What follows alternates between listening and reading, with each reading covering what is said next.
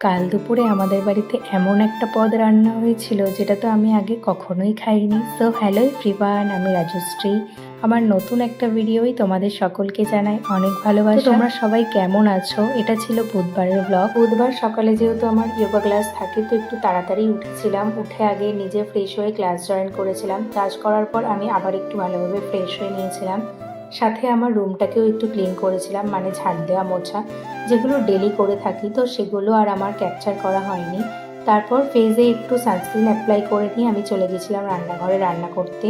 কাল তো অনেক কিছুই রান্না করেছিলাম, তার মধ্যে একটা রান্না হয়েছিল কাঁকড়া। সেই রান্নাটা আমি সত্যি বলতে করিও নি, আর রান্নাটা কিন্তু আমি খাইও নি। আসলে আমি ছোট থেকেই কখনো কাঁকড়া খাওয়া শিখিনি। সত্যি বলতে কাঁকড়া আমি কখনো হাতে নিয়েও দেখিনি, তাই রান্নাটাও করতে আমার কেমনই একটা লাগে, তো সেই কারণে আমি রান্না করিনি। আমি আমার জন্য পাবদা মাছ রান্না করেছিলাম, আর ছোট দিদি বাদবাকি সবার জন্য কাঁকড়াটা রান্না করেছি। সাথে কাল তো আবার গুরু পূর্ণিমা ছিল, আর বাবা ছোট মা যেহেতু পূর্ণিমা করে, তাই ওদের জন্য আলাদা রান্না করে দিয়েছি। তারপর দুপুরে স্নান টান সেরে খাওয়া দাওয়া করে একটু রেস্ট নিয়েছিলাম।